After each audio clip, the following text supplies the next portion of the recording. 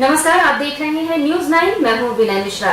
रीवा व विंध्य में कांग्रेस पार्टी को मजबूत करने वाले विधानसभा अध्यक्ष स्वर्गीय श्रीनिवास तिवारी के पौत्र व पूर्व सांसद स्वर्गीय सुंदरलाल तिवारी के पुत्र सिद्धार्थ तिवारी ने भारतीय जनता पार्टी की सदस्यता ले ली है। 2 दिन पहले भोपाल में मुख्यमंत्री शिवराज सिंह व प्रदेश अध्यक्ष वी.डी. शर्मा के हाथों सदस्यता ग्रहण कर आज रीवा पहुंचे। इस दौरान उनके समर्थकों ने जमकर स्वागत किया। भाजपा कार्यालय पहुंचने पर वहां भी पहले से उपस्थित मंत्री राजेंद्र शुक्ल, विधानसभा अध्यक्ष गिरीश गौतम, सांसद जनार्दन मिश्र, जिलाध्यक्ष व विधायकों के साथ सैकड़ों पदाधिकारी कार्यकर्ताओं ने स्वागत किया। भारतीय जनता पार्टी की सदस्यता लेने के बाद रीवा पहुंचे सिद्धार्थ तिवारी ने कहा कि कांग्रेस पार्टी में लगातार उनकी उपेक्षा की जा रही थी। साथ ही प्रधानमंत्री नरेंद्र मोदी और भारतीय जनता पार्टी की रीति नीति से प्रभावित होकर वो भाजपा में शामिल हुए हैं। एक कार्यकर्ता के रूप में दिए गए दायित्वों का निर्वहन करेंगे। इस दौरान मंत्री राजेंद्र शुक्ल, विधानसभा अध्यक्ष गिरीश गौतम और सांसद रीवा जनार्दन मिश्रा ने कहा कि रीवा में कांग्रेस का मतलब स्वर्गीय श्रीनिवास तिवारी था। वो रीवा ही नहीं, विंध्य के नेता थे जिन्होंने कांग्रेस की जड़ें मजबूत की। ऐसे परिवार के सदस्य को कांग्रेस वो सम्मान नहीं दे सकी जिसके वो हकदार थे। भारतीय जनता पार्टी में सिद्धार्थ का स्वागत है। सिद्धार्थ के पार्टी में आने से भाजपा को हर विधानसभा में आगामी चुनावों में फायदा मिलेगा। और ये सब ये जो उत्सव का कार्यक्रम, इसका दुल्हा केवल सिद्धार्थ तिवारी, दूसरा कोई। हम लोग तो बराती है, आज के दूल्हा यही है। और जब वो बोल रहे थे कि हमने जब समझा देखा तो मुझे ऐसा लगा कि भारतीय जनता पार्टी में जाना चाहिए, कोई ऐसा व्यक्तिगत स्वार्थ के लिए नहीं। कांग्रेस पार्टी में उन्होंने ये देखा कि कांग्रेस पार्टी इस देश के सनातन के धर्म को खत्म करने का प्रयास कर रही है। और शायद ये विचार करने में सिद्धार्थ जी ने थोड़ा सा देरी कर दी, क्योंकि मुझे याद है मैं जब स्पीकर हुआ तो मेरे पास अफसर लोग आते हैं, कांग्रेस के लोग भी आते हैं। उनके जब मंत्री मेरे पास आते थे तो एक बहुत बड़ी बात करते थे। वो कहते थे कि गौतम जी मैं क्या बताऊं आपसे, कमलनाथ जी मुख्यमंत्री थे, हम कैबिनेट मिनिस्टर थे, और जब उनके पास मिलने जाते थे और चले गए, अंदर चले गए, तो सीधे कहते थे कि हैव यू टेकन अपॉइंटमेंट, आपने अपॉइंटमेंट लिया है? तो बोले हाँ नहीं लिया। तो बोले पहले बाहर जाओ, अपॉइंटमेंट लो, बाद में जब टाइम मिलेगा तब आना। इतना अपमान को झेला कैसे आप? इतना समय क्यों लगाया? जिस श्रीनिवास तिवारी ने किसी के अपमान को बर्दाश्त नहीं किया, उसके पुत्र हो। जिस सुंदरलाल तिवारी ने सबके लिए लड़ा हो, उसके पुत्र हो। केवल राजनीतिक विरासत की बात नहीं करता, वो डीएनए की भी बात करता। जो लड़ने का एक जज्बा था, लड़ने का जो संघर्ष था, मैं तब उनका विरोधी था, वो अंदाजा लगा लो। और इसलिए मैंने तब भी कहा था, आज भी कहना चाहता हूं, राजनीति में मतभेद का स्थान नहीं होना चाहिए। हमारे मतभेद हो सकते हैं, विचारधारा के तमाम सारे विरोध हो सकते हैं। कांग्रेस से लड़ाई हमारी इसी बात की है। अभी तत्काल में देखो देश को कहां ले जाना चाहते हैं वो। अभी एक युद्ध शुरू हुआ है, इजराइल का, फिलिस्तीन का, जरा देखा ना अखबारों में पढ़ना। कांग्रेस का जो देश के कार्य समिति का जो बैठक में हुई प्रस्ताव जो पारित हुआ, कितना अजीब प्रस्ताव है। उन्होंने निंदा की इजराइल के हमले की, पर उन्होंने निंदा हमास की नहीं की। जिस हमास के आतंकवादियों ने इजराइल में घुस करके 5 साल के बच्चे को वीडियो में देखना, 5 साल के बच्चे को 10-10 गोलियों से भून गए, 5 साल के बच्चे को। वो इनको दिखाई नहीं पड़ता, वो दिखाई इसलिए नहीं पड़ता कि कहीं यहां हिंदुस्तान का वोट न नाराज हो जाए।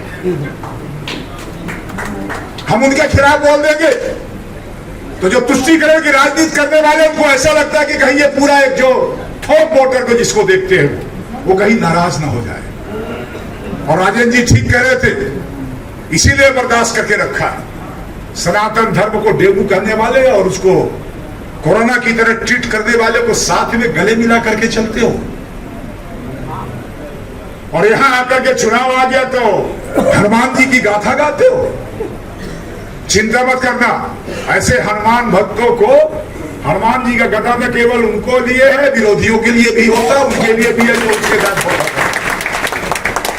और कानवेल बन के बैठते हो, हनुमान जी को धोखा देना चाहते हो। चुनाव आएगा तो जगह ऊपर धारण कर लोगे और बाकी लगे रहोगे हमास के पक्ष में, हमास के आतंकवादियों के पक्ष में, उनका गुणगान करोगे। इसलिए मैं कहता हूं कि सिद्धार्थ जी ये सही फैसला आपका है। लेकिन कांग्रेस का यह हाल है कि उनके गठबंधन का तमिलनाडु के मुख्यमंत्री का लड़का उदयनिधि यदि ये कहे कि सनातन धर्म डेंगू है, कोविड है, इसको समाप्त कर देना चाहिए, जैसे कोविड को समाप्त करने का काम हुआ है, जैसे डेंगू को, और कांग्रेस पार्टी मूक दर्शक बन के तमाशा देख रही। इनके नेताओं को ये चिंता नहीं हो रही है कि हमारा ये साथी किस प्रकार से बयानबाजी कर रहा है। कांग्रेस के राष्ट्रीय नेताओं को इस बात की चिंता नहीं हुई, लेकिन सिद्धार्थ तिवारी को इस बात की चिंता हुई और उन्होंने कहा कि इस प्रकार के तुम बर्दाश्त नहीं कर सकते हैं। यदि इस प्रकार से हम मुकर होंगे और सही के लिए नहीं खड़े होंगे तो हमारा देश रसातल पे चला जाएगा। ये तो गनीमत है कि मोदी जी प्रधानमंत्री हैं, तो सनातन की लहर पूरे देश में चल रही है। अयोध्या में भगवान राम के मंदिर का निर्माण शुरू हो जाएगा। कभी किसी ने सोचा था? हम ही लोगों को मजाक उड़ाते थे लोग जब ये कहते थे कि रामलला हम आएंगे, मंदिर वहीं बनाएंगे, तो कांग्रेस पार्टी के लोग हमारा मजाक उड़ाते थे और कहते थे तारीख नहीं बताएंगे। रामलला हम आएंगे, मंदिर वहीं बनाएंगे, लेकिन तारीख नहीं बताएंगे। अब कान खोल के कांग्रेस के लोग सुन ले कि जनवरी के महीने में 2024 में भगवान रामलला के भव्य मंदिर का उद्घाटन भारत के प्रधानमंत्री देश के तमाम वो उलझे हुए मामले जो हमारे देश को दीमक की तरह खत्म कर रहे थे, धारा 370 हो, 35 हो, नागरिकता संशोधन कानून हो, और किसी दिन अभी ये समान नागरिक संहिता भी पास हो जाएगी तो किसी को आश्चर्य नहीं होना चाहिए। इसी प्रकार की सरकार की तो हमारे देश में आवश्यकता थी, इसी प्रकार के नेतृत्व की तो हमारे देश में आवश्यकता थी। दुनिया अब ये समझ रही है। स्वामी विवेकानंद जी ने कहा था 1893 में कि भारत विश्व गुरु बनेगा। उस महापुरुष की भविष्यवाणी के साकार होने का सहयोग बन रहा है कि नरेंद्र मोदी जी के नाम का डंका सारी दुनिया में बजने लगा है। अब मोदी जी देश के नेता नहीं है, वैश्विक नेता है, वर्ल्ड लीडर है वो, और उनका हाथ हम मजबूत नहीं करेंगे तो क्या अमेरिका का आदमी आके मजबूत करेगा? क्या चाइना का आदमी उनके हाथों को मजबूत करेगा? और उनका हौसला नहीं बढ़ेगा तो कैसे भारत विश्व गुरु बनेगा? इसके लिए देश के नौजवानों को आगे आकर और भारतीय जनता पार्टी के हाथों को मजबूत करने की आवश्यकता है। ये विचार है हमारा, किसी से मनभेद नहीं है। विचारों का मतभेद हो सकता है, लेकिन समय समय पे हम अपने विचारों को संशोधित करें, उसको ठीक करें, समय की परिस्थितियां देखें, नजाकत देखें। और जब हम नजाकत देखेंगे, ये चुनाव किसी को हराने जिताने का खेल थोड़ी है। ये चुनाव तो अपने बच्चों के भविष्य को बनाने का मामला है। ये आने वाली पीढ़ी के भविष्य को संवारने का सवाल है, और इसलिए सही दिशा में चलने वाली राजनीतिक पार्टी को, लोकतंत्र को वरदान बनाने के लिए क्यों मुझे ऐसा लगता है कि देश का कोई भी देशभक्त आत्मसम्मान को मानने वाला, राष्ट्र सम्मान को मानने वाला कोई भी युवा ऐसा आज नहीं होगा जो भारतीय जनता पार्टी को ज्वाइन नहीं करना चाहता। मैंने बीजेपी, भारतीय जनता पार्टी की रीति नीति, राष्ट्रवाद, हमारे प्रधानमंत्री आदरणीय नरेंद्र मोदी जी की लीडरशिप, हमारे यशस्वी मुख्यमंत्री आदरणीय शिवराज सिंह चौहान जी के 4 बार के कार्यकाल, प्रदेश में होती हुई विकास की जो गंगा बह रही है इसके कारण, और सनातन धर्म की रक्षा हेतु, अखंड भारत बनाने हेतु मैंने भारतीय जनता पार्टी परसों एक कार्यकर्ता के रूप में ज्वाइन की।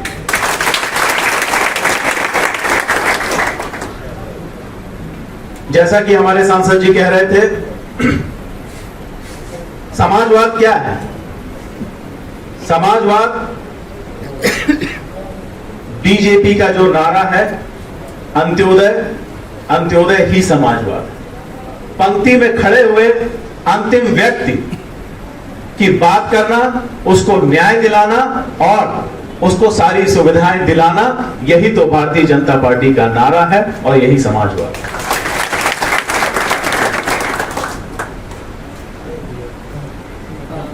देश में विचारधारा की बात करने वाले भी कई लोग हैं। कुछ लोग सेक्युलरिज्म की बात करते हैं। सेक्युलरिज्म का मतलब क्या है? कि हम किसी के धर्म का सम्मान करें और कोई खुले तौर पर मन से सनातन धर्म का अपमान करे और आप उसको सहते जाएं, क्या यह सेक्युलरिज्म है? अगर यह सेक्युलरिज्म की परिभाषा आपकी है तो मुझे ऐसे सेक्युलरिज्म में नहीं रहना है, मुझे बीजेपी में रहना है।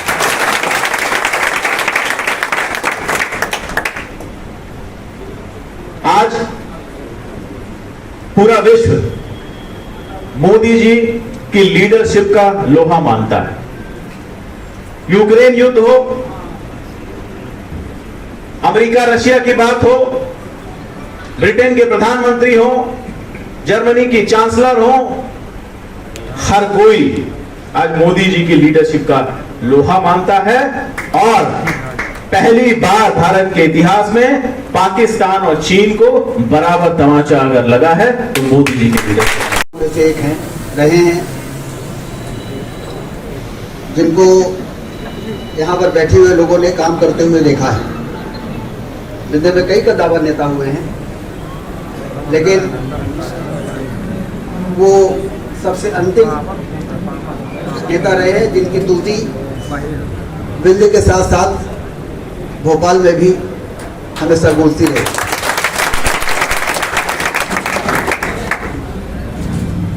जब तिवारी जी इस दुनिया को छोड़ के गए थे, तब हम लोगों ने देखा कि सिर्फ कांग्रेस पार्टी के लोग नहीं, सिर्फ रीवा के लोग नहीं, पूरे विंध्य क्षेत्र के सभी दलों के लोग, चाहे वो बहुजन समाज पार्टी के हों, चाहे वो भारतीय जनता पार्टी के हों, सारे लोग अपने आप स्वस्फूर्ति अपने घरों से निकल के उनके श्रद्धा सुमन अर्पित करने के लिए वहां पर, मैं तो आश्चर्यचकित था देख, जिनको ये मैं मानता था कि ये श्रीनिवास तिवारी के धुर विरोधी हैं, उनको भी मैंने उनके अंतिम संस्कार में वहां पर बैठे हुए देखा। चाहे वो सीधी के हो, शहडोल के हो, मैहर के हो, सीधी के हो, सिगरौली के हो। उस दिन मैंने अंदाज लगाया कि तिवारी जी का कद जो था वो बहुत ऊंचा था और उनकी पार्टी में इससे बहुत मतलब नहीं रहता है। मतलब ये रहता है कि राजनीतिक, मैं तो ये मानता हूं कि कोई व्यक्ति किसी भी पार्टी का है वो हमारी राजनीतिक बिरादरी का है और वो जनता के लिए, समाज के लिए, दलित और शोषित के लिए, जरूरतमंदों के लिए अपने अपने तरीके से काम कर रहा है। लेकिन सिद्धार्थ जी, आपका अपमान हुआ कांग्रेस पार्टी में और इसलिए आप कांग्रेस छोड़ के भारतीय जनता पार्टी में आए हैं, तो आपने बहुत सही काम किया है। ज्योतिरादित्य सिंधिया जी का भी अपमान किया। जहां ग्वालियर चंबल संभाग में 30 सीटें आई भारतीय जनता कांग्रेस पार्टी की, बाद में राज्यसभा की टिकट के लिए भी लाले पड़ गए थे ज्योतिरादित्य सिंधिया जी को। तो इसलिए उन्होंने निर्णय लिया और एक ऐसी सरकार जो 15 महीने में हाहाकार मचा दिया था, जिस सरकार ने हमारे रीवा में ही कोई भी योजना नहीं स्वीकृत नहीं कराई, जो स्वीकृत योजनाएं थी उसको निरस्त करने का अभियान शुरू कर दिया। ये इको पार्क जिसको देख के आज रीवा की जनता गौरवान्वित हो रही है, उस योजना को निरस्त करा। मोहनलाल चतुर्वेदी विश्वविद्यालय उस योजना को निरस्त करने का काम कर दिया हमने। जाएगा रीवा जिले की ये वोट इसलिए नहीं है कि हम 8 सीट जीत जाए, ये इस बार का चुनाव इसलिए है कुछ खानदान का अपमान किया गया जिसके बिंद के नाम पर बिंद की राजनीति जिनके चारों तरफ इर्द गिर्द घूमती रही हो, उस परिवार का अपमान किया गया। उस अपमान का बदला लेने की आवश्यकता है और वो बदला तभी पूरा होगा जब कमलनाथ की पार्टी को, कांग्रेस को दंड दिया जाए। दंड कोई ऐसा मत करना कि झंडा उधर छोड़ के आओ, डंडा इधर लेके आओ तो डंडे से दंड दे। झंडा तो हाथ उतार के आए, डंडा और हाथ में लेके आए, तो डंडे से दंड नहीं देना। 17 नवंबर को पोलिंग में पहुंच करके केवल देव दलादन कमाल, देव दलादन इतनी ज्यादा कमल की बटन दबा दो कि जब पेटी बंद होकर के आवे, जब प्रिसाइडिंग अफसर हम लोगों से मिले तो बोले साहब सारा कमल का है, तो मैं पूछूं क्यों है, तो बोले वो काली पड़ गई है, बटन काली पड़ गई है, इसलिए करने की आवश्यकता है। मुझे उम्मीद है और मैं विश्वास करता हूं कि हम सब मिलकर के पूरे रीवा जिले के भीतर से एक संदेश देना चाहते हैं कांग्रेस को कि जो तुमने किया है उसका प्रतिफल तुमको भोगना पड़ेगा। इस प्रकार से दिल खोल के और लोग आपका यहाँ पर अभिनंदन करेंगे, मन में श्रद्धा रहती है।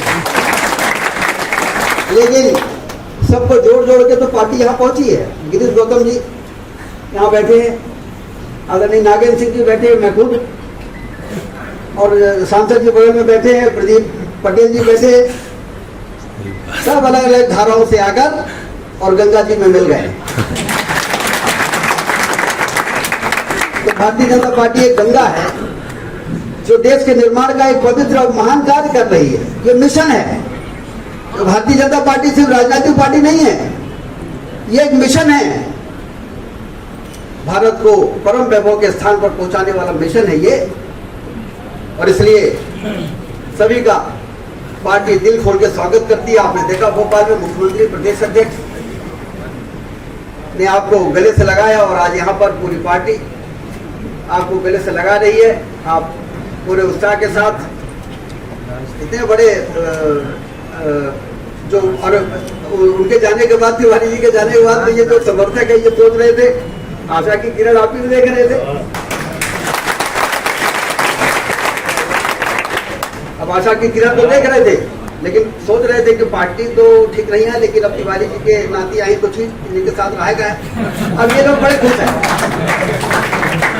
अब ये लोग खुश हैं कि तिवारी जी को से अलग भी नहीं होना पड़ा, उनके विचारों, उनका जो योगदान है, और सही पार्टी में राज पहुंच गए तो हमको काम करने में कोई दिक्कत नहीं है। Bureau report news 9।